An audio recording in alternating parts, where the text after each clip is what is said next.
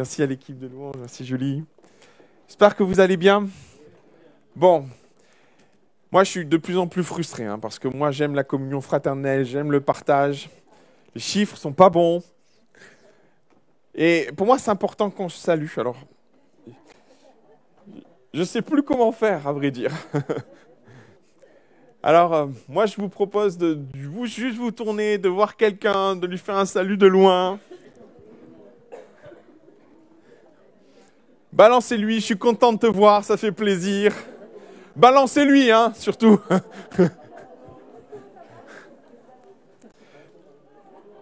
L'église, c'est ça aussi. Je suis très heureux de vous retrouver et puis très heureux de partager ce temps. Hier, nous avons eu un temps avec Denis un temps enrichissant, un temps avec plein d'axes, plein de choses qui sont importantes compte tenu de ce que l'on vit. Et je suis sûr que beaucoup d'entre nous qui étions là hier en sont sortis fortifiés, encouragés. Et pas que. Je pense qu'on est tous appelés à être des instruments autour de nous en fonction de ce que les uns et les autres vivent. Et c'est vrai que la pandémie a laissé des traces. Alors on peut juste considérer que ces traces doivent faire partie de notre paysage ou se dire non Seigneur, non. Ou on peut aussi se positionner et dire Seigneur, je peux être un instrument pour celui qui en a besoin. Et vraiment je pense on est parti avec des outils et des réflexions. Et je veux croire que cet enseignement va porter ses fruits dans notre entourage et peut-être même vis-à-vis de nous-mêmes. Amen. Ce matin, nous avons la joie d'avoir Denis une nouvelle fois avec nous. Je vais lui laisser toute la place. J'aimerais qu'on puisse prier pour lui. Vous voulez bien? Avant de lui laisser toute la place et que le Saint-Esprit le bénisse. Amen. Merci mon Jésus pour ce temps que nous vivons avec Denis. Merci pour son ministère. Merci pour ce qu'il a reçu. Merci aussi de parler à nos cœurs ce matin au travers de son message, au travers de ce qu'il a reçu pour l'Église. Je te rends grâce pour lui, je te rends grâce de le renouveler dans ses forces, décalage horaire et puis tout ce qu'il a à entreprendre en France pendant cette période. Je te prie de le bénir abondamment, que ton nom soit loué et béni. Amen. Bonjour à vous tous et à vous toutes. Ça va ce matin? Oui, vous êtes déjà assez familier avec l'accent québécois, n'est-ce pas? Oui, bon, je vous amène un petit peu du Québec. Je vous amène un peu le froid du Québec ce matin, parce que c'était pas très chaud, hein? Mais ça se passe bien. En ce moment, c'est pas l'hiver. Je ne sais pas si on peut juste... OK. Je suis bien content d'être avec vous. C'est mon deuxième voyage cette année après avoir été confiné au pays pendant, 17 mois à peu près. Au début de la pandémie, j'étais en Suisse et je suis revenu à catastrophe sur le dernier vol d'Air France avant qu'ils bouclent le Canada, qu'ils ferment les frontières et tout. Et j'ai bien fait d'écouter ma femme parce que je serais encore là-bas, là. OK? J'aurais été coincé pendant plusieurs mois.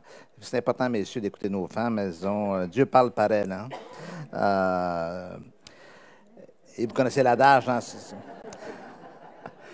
Vous connaissez l'adage, ce que femme veut, Dieu le veut. Donc, ce matin, je voudrais qu'on parle un peu de la vie, cette vie, notre vie, nos vies, à tous. Et l'image que j'avais durant ce temps de louange, vous savez que je suis rendu à un âge avancé, je suis papy. J'ai 4 petits-fils et une petite-fille. Priez pour elle. Ses cousins sont tous des garçons. Et le troisième de mes fils vient d'avoir un bébé il y a 3 semaines à peine. Et j'étais à la maison, je regardais ce petit garçon. Et immanquablement, quand on a vécu une bonne portion de notre vie adulte, puis on regarde un enfant, on se pose la question, quelle sera sa vie, quel sera son avenir, quel sera son futur? Je pense qu'on se la pose davantage comme grands-parents que comme parents, parce que dans parents, on est en mode comment dirais-je, très actif, d'hyperactivité, mais on est plus détendu, plus détaché, rendu grands-parents, on peut voir les choses avec une meilleure perspective. Et c'est toujours la véritable question. Et on ne peut pas penser à un petit bébé sans penser que nous fûmes à une certaine époque un petit enfant. Et on était loin de s'imaginer ce qui nous pendait au bout du nez, ce qui se manifesterait au niveau du déroulement de notre vie. Et ce matin, je remercie le Seigneur pour la vie que j'ai, loin de m'imaginer lorsque j'étais jeune, mais même loin de m'imaginer lorsque je me suis converti à l'âge de 20 ans, qu'un jour j'aurais cette vie c'est une belle aventure, quoi. Et ce matin, le titre du message, c'est « Cap sur la vie ». Trouver son chemin dans les méandres de notre existence. Parce que c'est pas évident de tirer notre épingle du jeu de tout ça. La vie, c'est complexe. Je vais vous donner une définition dans quelques minutes de ce que je vois, comment je vois la vie. Mais quand on regarde autour de nous, et la pandémie n'a fait qu'exacerber tout cela, les gens s'égarent en cours de route. Il y a des gens qui se perdent en chemin dans la vie. Ils avaient plein de possibilités à un certain moment de leur vie. Arrivent un certain nombre de circonstances, des événements, parfois des tragédies. Ils s'égarent, ils se perdent. Les gens s'effondrent face à leurs problèmes aussi. Parfois, ils sont surmenés, parfois, ils sont accablés et parfois, les problèmes s'additionnent. On dit souvent qu'un malheur n'arrive jamais tout seul. Parfois, il y a une accumulation de toutes sortes de choses qui surviennent. Les gens s'évadent face à leur souffrance. Difficile d'affronter parfois les malheurs de la vie, difficile d'affronter des épreuves. Parfois, on aime mieux oublier, on aime mieux s'engourdir, littéralement. Les gens s'épuisent à chercher des solutions, okay, en quête de quelque chose de plus, en quête de résolution de ce qu'ils vivent. Les gens, parfois, s'enfoncent, parce qu'ils ne réussissent pas, justement, à résoudre les choses. Les gens s'engagent dans les relations. Les gens se relient, se lient les uns aux autres. Par exemple, par le mariage, sans souvent bien discerner ce grand choix de la vie, cette grande décision de la vie. Et certains échouent, et certains souffrent de cet échec. Les gens s'amusent. Hier soir, je me suis promené dans le Vieux-Nice et je voyais les gens qui s'amusaient. La ville est belle, hein, sans se soucier de ce qui peut survenir le lendemain. C'est un peu ce qui est survenu au début de la pandémie, en mars de l'an dernier. Et malheureusement, les gens se retrouvent seuls, sans personne souvent qui se soucie d'eux. D'ailleurs, on l'a tous vécu en pensant à nos aînés, à ces personnes âgées qui étaient coincées dans les EHPAD, sans visite et tout ça. Donc, c'est dramatique tout cela. Mais c'est la vie. Et la vie, elle n'est pas toujours ce qu'on voudrait être, elle est ce qu'elle est. Il faut savoir composer avec elle. Et ce matin, on va regarder quelques éléments rattachés à cela parce que le Dieu que nous servons, le Dieu que nous adorons, c'est le Dieu de la vie. Et le texte va apparaître à l'écran, Matthieu chapitre 7, versets 13 et 14. Entrez par la porte étroite, car large est la porte et spacieux est le chemin qui mène à la perdition. Il y en a beaucoup qui entrent par lui. Mais étroite est la porte, resserré le chemin qui mène à la vie, et il y en a peu qui les trouvent. Voilà.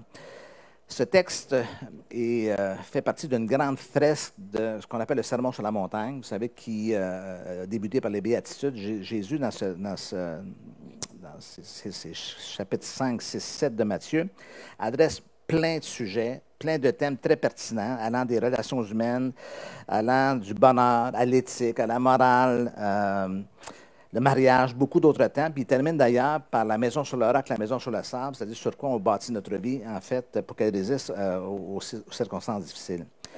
Mais ce texte est intéressant parce que, vous allez voir dans quelques instants, il parle à la fois d'une porte, il parle à la fois d'un chemin, et qui constitue un symbole important de ce qui se trame dans notre vie et des choix et des décisions que nous devons tous prendre. Et ce n'est pas évident. Voilà pourquoi on a besoin de sagesse. Et voilà pourquoi Dieu dit qu'il la donne à tous, simplement sans reproche, à celui qui la demande. Vous savez, je crois que le réservoir de sagesse au ciel, il est plein. Vous savez pourquoi il est plein?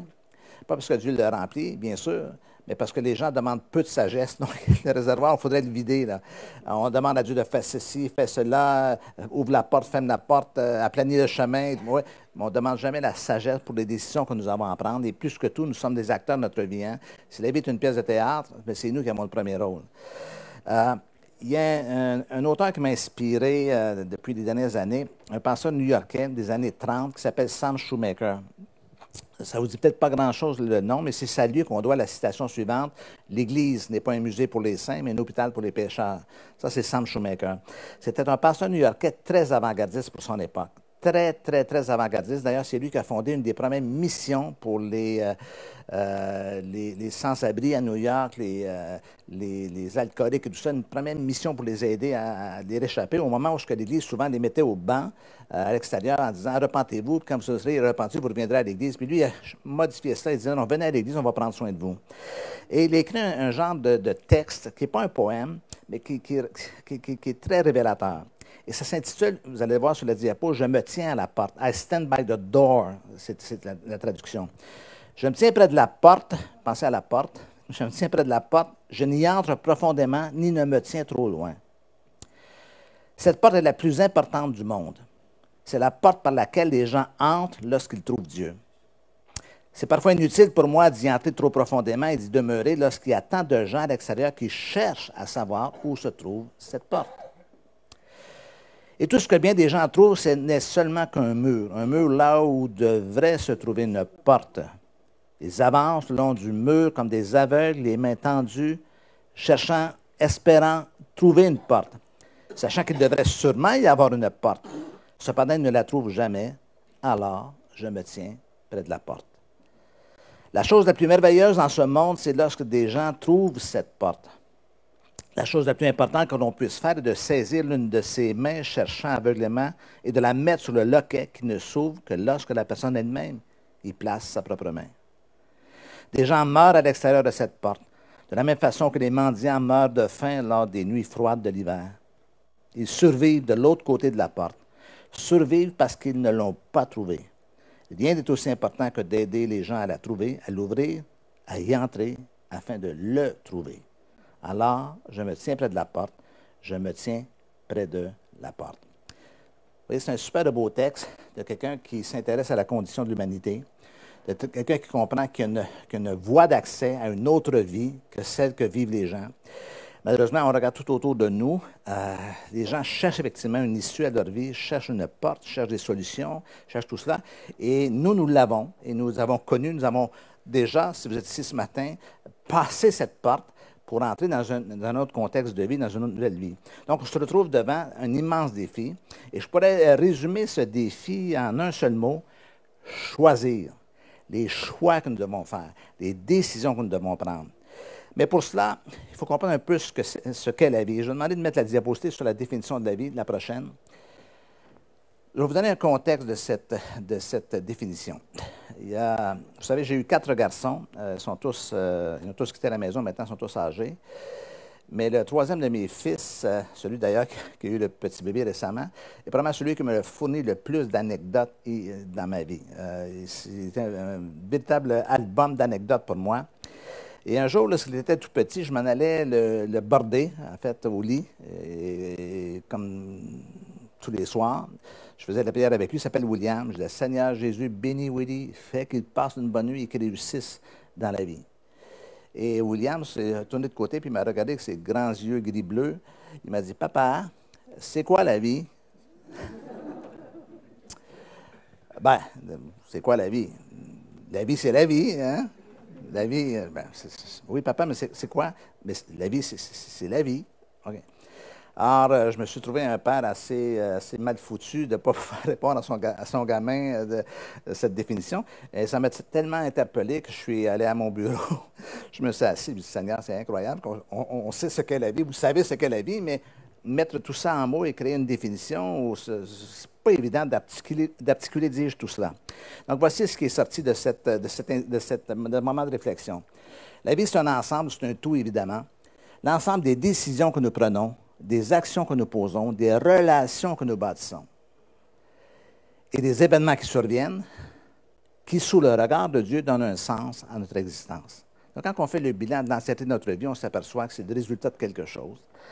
Des décisions que nous avons prises à certains moments donnés, dans les relations, dans nos choix de carrière, dans petites décisions chaque jour et des plus grandes décisions de la vie qui vont vraiment nous orienter dans une direction particulière. Il y a bien sûr des actions, des gestes que nous posons. Il y a bien sûr les relations que nous bâtissons au fil de notre vie. La vie, c'est beaucoup des relations. L'issue de nos vies, c'est beaucoup ce qui est en lien avec nos relations, que ce soit avec nos parents, notre famille, notre mariage, nos amis, nos frères et sœurs dans l'Église. Et des événements sur lesquels, évidemment, on n'a pas beaucoup de pouvoir. On a du pouvoir pour prendre des décisions, pour choisir nos relations et tout cela, mais on n'a pas beaucoup de pouvoir. En fait, on n'a pas de pouvoir sur les événements qui surviennent. On subit ces choses-là. Mais tout ça, sous le regard de Dieu, donne un sens à notre existence. C'est-à-dire que le Dieu de la vie fait en sorte qu'à quelque part, nous pouvons tirer des leçons de chaque événement qui survienne, même si parfois ça paraît incompréhensible. Je pense à des tragédies en particulier qui surviennent. J'en parlais hier lorsque, vous savez, la plupart d'entre vous maintenant qui me connaissez, que ça fait 11 ans que j'ai perdu ma femme qui est décédée d'un cancer foudroyé assez rapidement en 150 jours. Et on fait quoi avec tout ça? Comment tout ça peut nous aider à nous réorienter ou nous orienter à nouveau dans une nouvelle saison de notre vie, tout cela? Donc, il y a plein de situations qui ne sont pas faciles comme ça. Donc, on a des décisions à prendre dans la vie. Et regardez bien, déjà, cette notion de décision, de choix à faire, a germé dans l'Ancien Testament. Dans le livre de Deutéronome, en particulier dans Jérémie chapitre 21 aussi. « Voici, je mets aujourd'hui devant toi la vie et le bien, la mort et le mal. » Comme voici, nous sommes à un carrefour, nous avons des options, des choix possibles. « J'en prends aujourd'hui à témoin contre vous le ciel et la terre. Et j'ai mis devant toi la vie et la mort, la bénédiction et la malédiction. Et si j'arrête là, je dirais, ouais, on a des choix à prendre. C'est pas évident, parce qu'on ne voit pas toujours les effets à moyen terme ou à long terme des décisions que nous allons prendre. Est-ce qu'on prend la bonne décision? On est toujours un petit peu insécure. Et tout d'un coup, on sent que Dieu donne un petit peu un coup d'épaule. Il veut pas il nous souffle la réponse à l'oreille en nous disant, moi, si j'étais toi, je choisirais la vie. Choisis la vie afin que tu vives, toi et ta postérité. Puis encore une fois, on s'aperçoit que dans ce choix-là, non seulement on est bénéficiaire, mais nos enfants sont bénéficiaires et les générations, notre lignée future est probablement aussi bénéficiaire, bien sûr, dans tout ce que cela peut produire. Toi et ta postérité. Jérémie, tu diras à ce peuple, ainsi parle l'Éternel, voici, je mets devant vous le chemin de la vie et le chemin de la mort. Okay? Évidemment, il n'y a pas une affiche qui nous dit, voici, ce chemin mène à la mort. Okay? Personne ne le prendrait. Telle voie paraît droite à une personne, mais à son insu, c'est le chemin qui mène à la perdition, c'est ce que la Bible dit. Mais dans ce texte que nous avons lu, ce texte de Matthieu, chapitre 7, vous remarquez qu'il y a 2 portes. Je reprends le texte. Entrez par la porte étroite, car large est la porte, spacieux est le chemin qui mène à la perdition. Il y en a beaucoup qui entrent par là. Mais étroite est la porte, resserré le chemin qui mène à la vie, il y en a peu qui les trouvent. Donc, il y a 2 portes. Okay? Pour réussir un petit peu à comprendre cette notion de porte, si je vous posais la question, c'est quoi la porte? Je sais que vous allez me répondre, mais c'est Jésus la porte. C'est vrai, absolument vrai, théologiquement c'est vrai, bibliquement c'est vrai, mais la porte c'est aussi un symbole de quelque chose. C'est le symbole, évidemment, de l'expérience initiale de la rencontre que nous avons avec Dieu. Évidemment, nous avons un jour passé cette porte, la conversion. Effectivement, ça représente la conversion et le salut. Et le passage d'une ancienne vie à une nouvelle vie.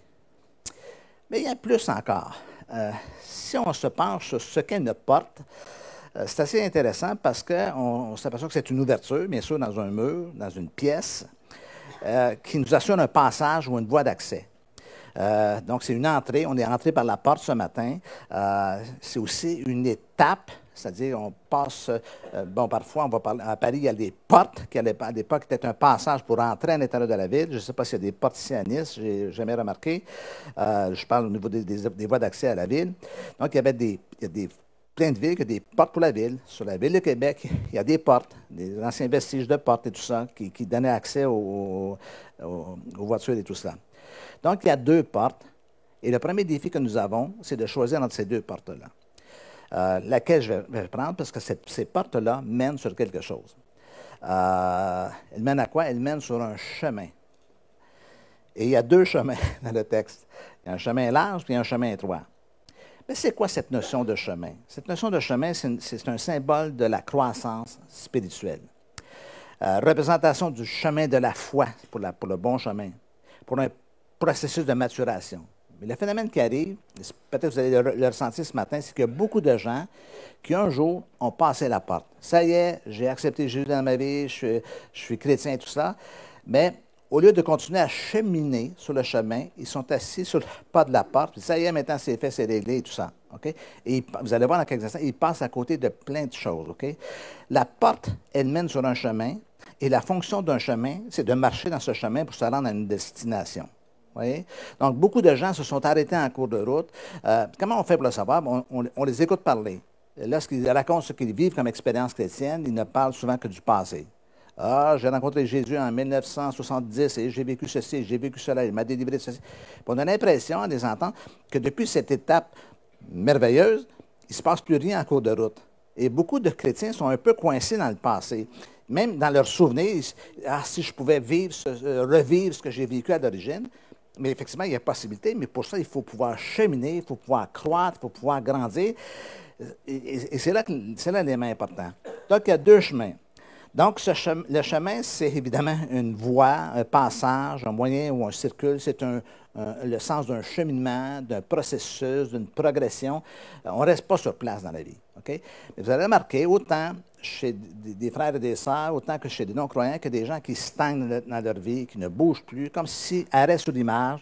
D'ailleurs, vous savez, c'est un peu l'effet que ça a créé, la pandémie. On a l'impression que le temps s'est arrêté, on a été coincés pendant de longs mois, mais la vie ne s'est pas arrêtée. Mais c'est un peu l'impression qu'on avait. Et il y a plein de gens qui doivent repartir, doivent reprendre le chemin, reprendre la route. Des gens, parfois, ont été blessés puis il voudrait rester sur place. Et moi, je ne bouge plus, je ne vis plus, c'est fini. OK? Il y a quelques années de cela, à peu près une trentaine d'années, j'étais dans une ville du Québec et j'avais été un peu malmené les années précédentes à cause du type de ministère. Relations d'aide à l'époque, c'était pas très prisé, c'était contesté, tout ça. Le fait d'aider les gens, tout simplement, moi, je ne comprenais pas. À un moment donné, je suis arrivé à ce stade de dire, mais quoi, moi, je ne bouge plus. Ras-le-bol de me faire taper dessus. Je ne suis pas masochiste, moi, souffrir pour souffrir. Bon, d'ailleurs, je vais me trouver un emploi pour les services sociaux du Canada, puis ça y est, fini l'Église et tout ça. Et c'était un peu ma pensée parce que j'en avais ras-le-bol j'essaie juste de faire du bien aux gens, moi, puis de les aider, puis je me fais traiter de tous les noms. Et je suis en train de déjeuner avec un ami, puis il me dit, Denis, quel âge t'as? J'ai dit, j'ai 40 ans. Il dit, on dirait que tu es un vieux à la retraite qui ne veut plus rien faire de ta vie, mais tu vas faire quoi les prochaines années de ta vie? Puis là, quand il m'a dit ça, c'était un peu confrontatif, mais ça m'a secoué, choqué même. Au point de, qu'est-ce que je fais? C'est vrai, je ne peux pas m'arrêter, moi. Je me souviens, dans un moment de prière, j'avais donné ma démission au Seigneur. Okay. Et j'ai senti que le Saint-Esprit me disait, les seuls qui démissionnent, ce sont ceux qui désertent. On appelle ça un déserteur. C'est pas la même chose, OK? Et encore une fois, wow, est-ce que c'est moi qui serais en train vraiment de fuir ce que Dieu a pour moi? Bon, évidemment, j'ai pas pris la décision d'arrêter, j'ai continué. Et quelques mois plus tard, j'ai un appel. Bon, maintenant, ça fait partie de l'histoire du pasteur Claude Hood qui me rejoint, qui me permet de me rejoindre à l'Église Nouvelle Vie. On était loin de s'imaginer, en 1993-94, que ça deviendrait, comme vous dites si bien en France, une méga church, surtout dans le contexte québécois. Et j'ai fait partie de cette aventure-là pendant une quinzaine d'années. Ça, c'est cheminé, c'est progressé, c'est avancé. Et certains d'entre vous, potentiellement, vous êtes devant, justement, ces possibilités-là. Mais il y a plus encore dans cette dimension de chemin. C'est la différence entre... Parce que le texte parle d'une porte spacieuse et d'une porte étroite, ou d'un chemin spacieux, une porte large, excusez-moi, il y a un chemin spacieux et un chemin étroit. Et ça nous amène à la différence entre un certain nombre de choses. C'est la différence entre la voie facile et la voie difficile. Et souvent, les gens vont choisir la voie facile parce que c'est moins coûteux, on dépense moins d'énergie, c'est moins fatigant. C'est la différence entre le long chemin et le raccourci. Une des leçons que j'ai tirées de ma vie, moi, c'est qu'il n'y en a pas de raccourci. Okay? On en cherche et les raccourcis nous amènent souvent dans des cul-de-sac, dans des voies sans issue et tout cela. C'est la différence aussi entre une vie disciplinée, une vie indisciplinée. La facilité ou l'effort. C'est la différence entre la réflexion soutenue et le manque de réflexion. Quand les gens ne réfléchissent pas, ils font des choix à partir d'éléments insuffisants qui font en sorte qu'ils se positionnent de façon très dangereuse. C'est la différence entre affronter les défis de la vie ou les fuir. Ouais. Donc, il y a tout un symbole derrière cette notion de porte large et de chemin spacieux. C'est la différence entre attendre le bon moment ou réagir impulsivement. Est-ce que vous me suivez ce matin? Donc, on est confronté à ça toute notre vie et tout d'un coup, cette notion de porte et de chemin nous fait comprendre qu'effectivement, il y a deux portes, deux chemins, mais il y a aussi deux résultats ou deux effets à long terme des choix que nous allons prendre. Et dans la prochaine diapo, vous allez voir un peu cette dimension-là. Il y a un des chemins, la porte mène sur un chemin, la porte large mène sur un chemin spacieux qui mène à la perdition. Et le thème perdition que vous retrouvez dans ce texte fait allusion à la perte, à la perdition, à la destruction, au gaspillage, au gâchis et aux échecs. Une des choses les plus douloureuses que j'ai expérimentées dans mon travail, dans mon ministère, c'est de voir des échecs répétitifs dans la vie des gens. Okay? Et eux vont se retrouver en mode de blâmer. Ils vont blâmer le gouvernement, ils vont blâmer l'État, le président, le premier ministre, peu importe le pays. Ils vont blâmer leurs parents, oui. Mais à quelque part, rendu dans la vie adulte, c'est nos choix à nous qui doivent prédominer. Qu'est-ce que je fais de ma vie? Qu'est-ce que je fais de tout cela? Et d'amener les gens à prendre conscience qu'à tirer des leçons des échecs de la vie, c'est pas facile. Parce qu'il y a cette espèce de déni, ce refus de voir l'État, on le voit au niveau de mariages qui ont échoué et tout cela. Donc, c'est la perdition, c'est le gâchis qui arrive. Évidemment, c'est profondément inconfortable et c'est profondément douloureux de regarder à cela.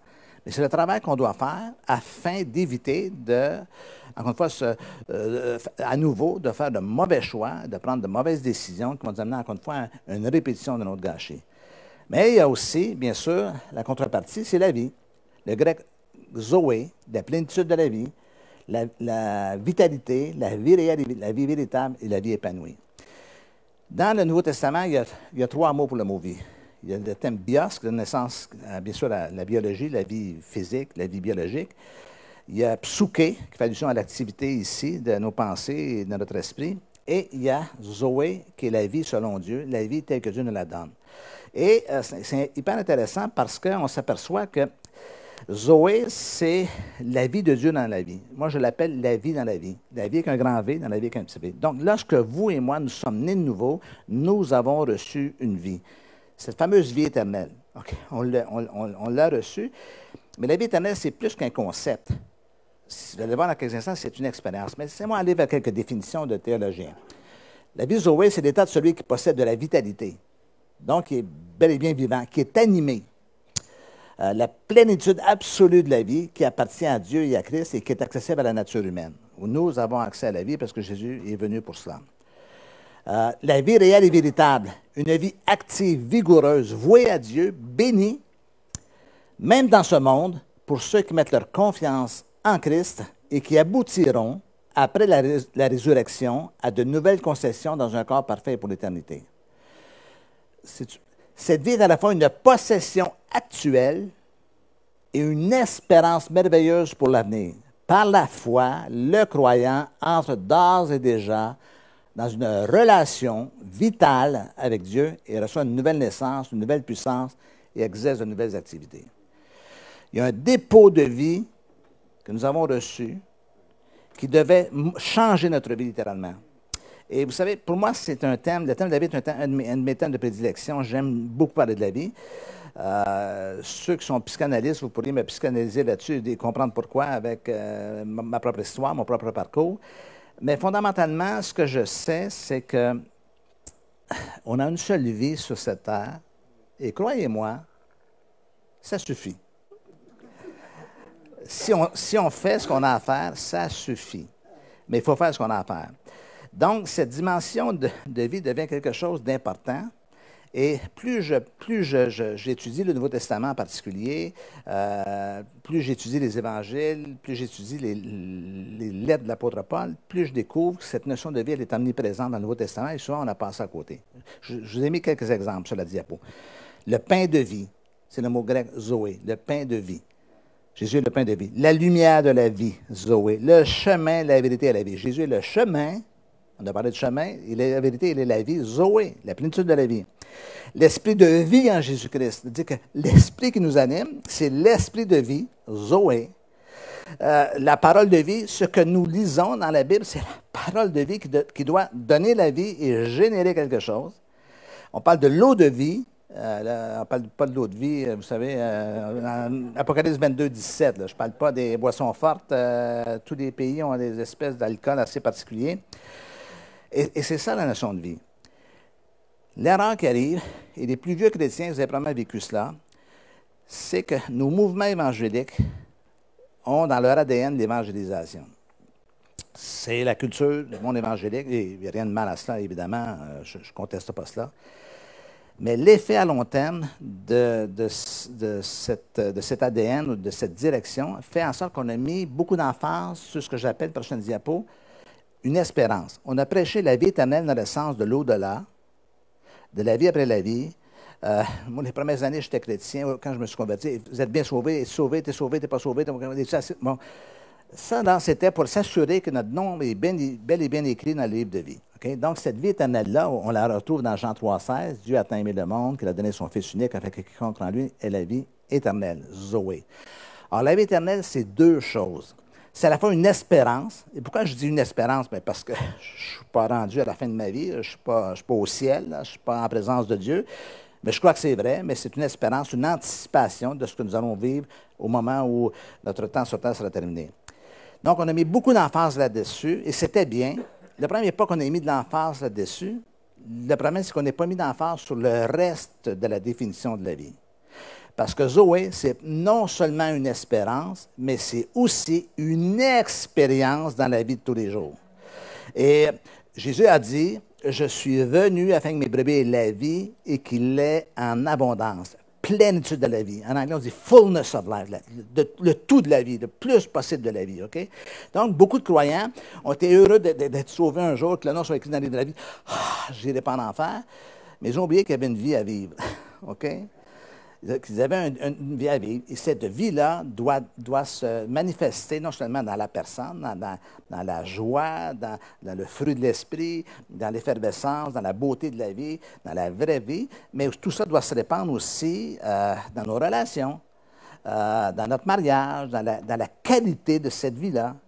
Donc, on a vu beaucoup je ne veux pas caricaturer, mais on a vu beaucoup de croyants qui sont bel et bien sauvés, mais si tu les regardes, ce n'est pas l'incarnation d'une vie resplendissante. Moi, après une année de ma vie chrétienne, je savais très, très bien qui je ne voulais pas devenir.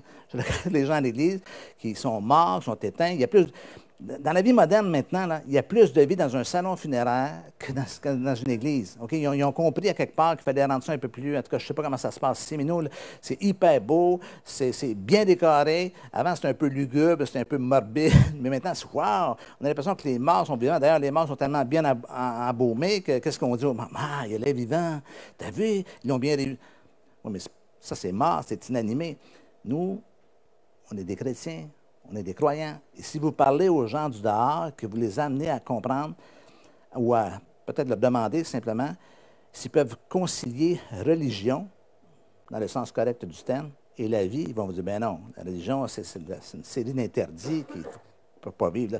Puis vous avez entendu des jeunes dire ça, des parents, moi, je vais vivre ma vie, je vais faire ce que je veux, puis après coup, je reviendrai à l'Église. Parce qu'ils perçoivent l'Église comme étant quelque chose qui éteint la vie au lieu d'activer cette vie-là. Mais Jésus est venu afin que les brebis aient la vie et la vie en abondance. Est-ce que vous me suivez ce matin?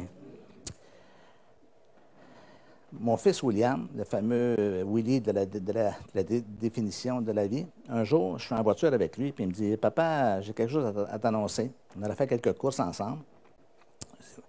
Il va avoir 12-13 ans à l'époque.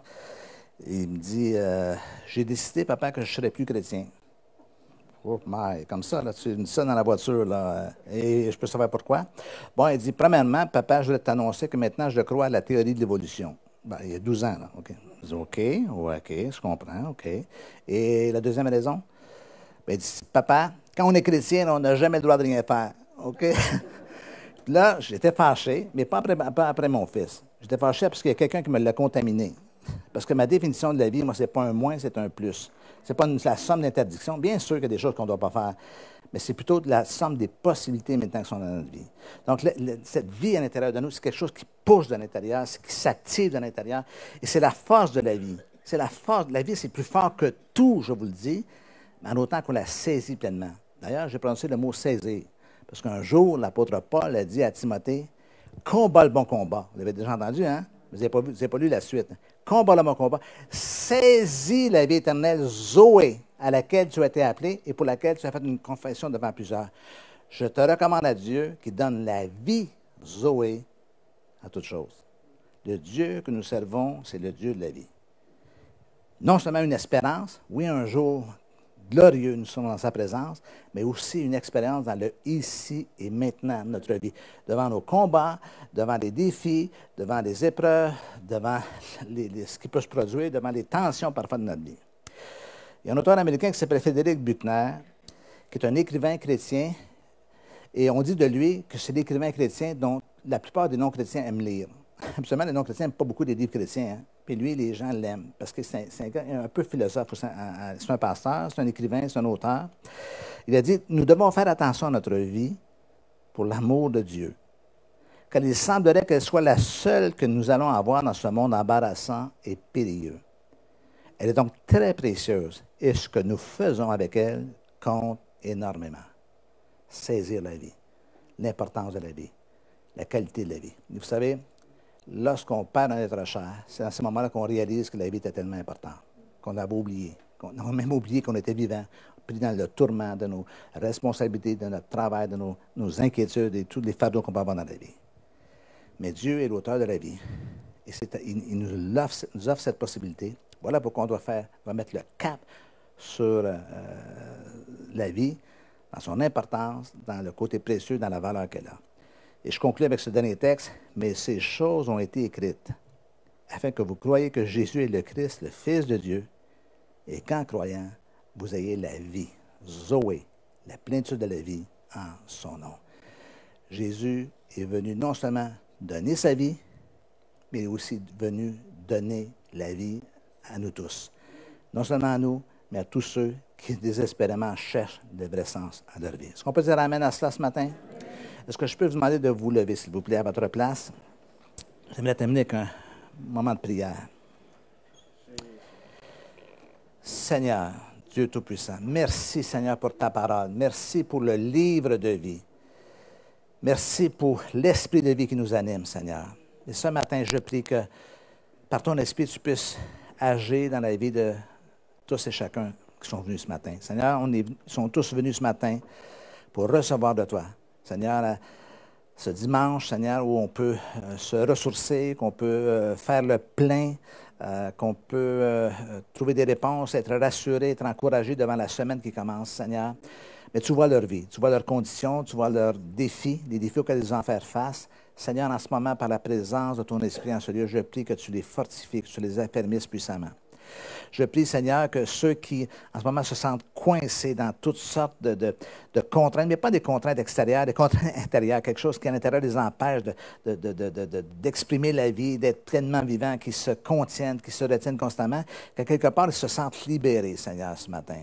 Libérés, prêts à vivre cette vie que tu as pour eux, oh Dieu. Seigneur, je prie que tu fasses cette œuvre. Je prie que tu libères ceux qui se sentent esclaves.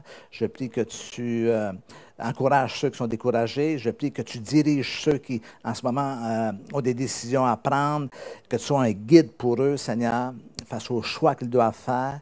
Seigneur, tu ne nous as jamais promis que la vie serait facile, mais tu nous as assuré d'une chose, c'est que jamais tu ne nous abandonnerais, Seigneur. Voilà pourquoi on met notre confiance en toi. On sait que tu es là, présent avec nous, voulant, désirant, justement, nous guider et nous orienter sur le bon chemin qui va nous mener à cette plénitude de la vie, Seigneur. Je les remets entre tes mains maintenant, que tu puisses faire ton œuvre et que tu sois glorifié en toutes choses. En ton nom précieux, Jésus, j'ai prié. Amen, amen et amen et amen et amen. Alléluia, Jésus.